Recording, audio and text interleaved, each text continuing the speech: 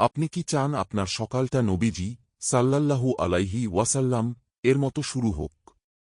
সকালের দোয়া এক।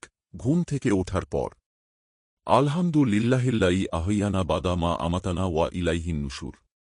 অর্থ: সব প্রশংসা আল্লাহর, যিনি আমাদের মৃত্যুর পর পুনরায় জীবিত করেছেন এবং তাঁরই দিকে ফিরে যেতে হবে।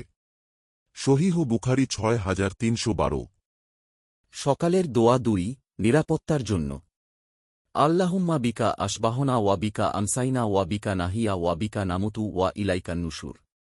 অর্থ: হে আল্লাহ, তোমার করুণায় আমরা সকাল পেলাম, তোমার করুণায় সন্ধ্যা পেলাম, তোমারই জন্য আমরা বেঁচে আছি, তোমারই জন্য আমরা মরব এবং তোমার দিকেই প্রত্যাবর্তন।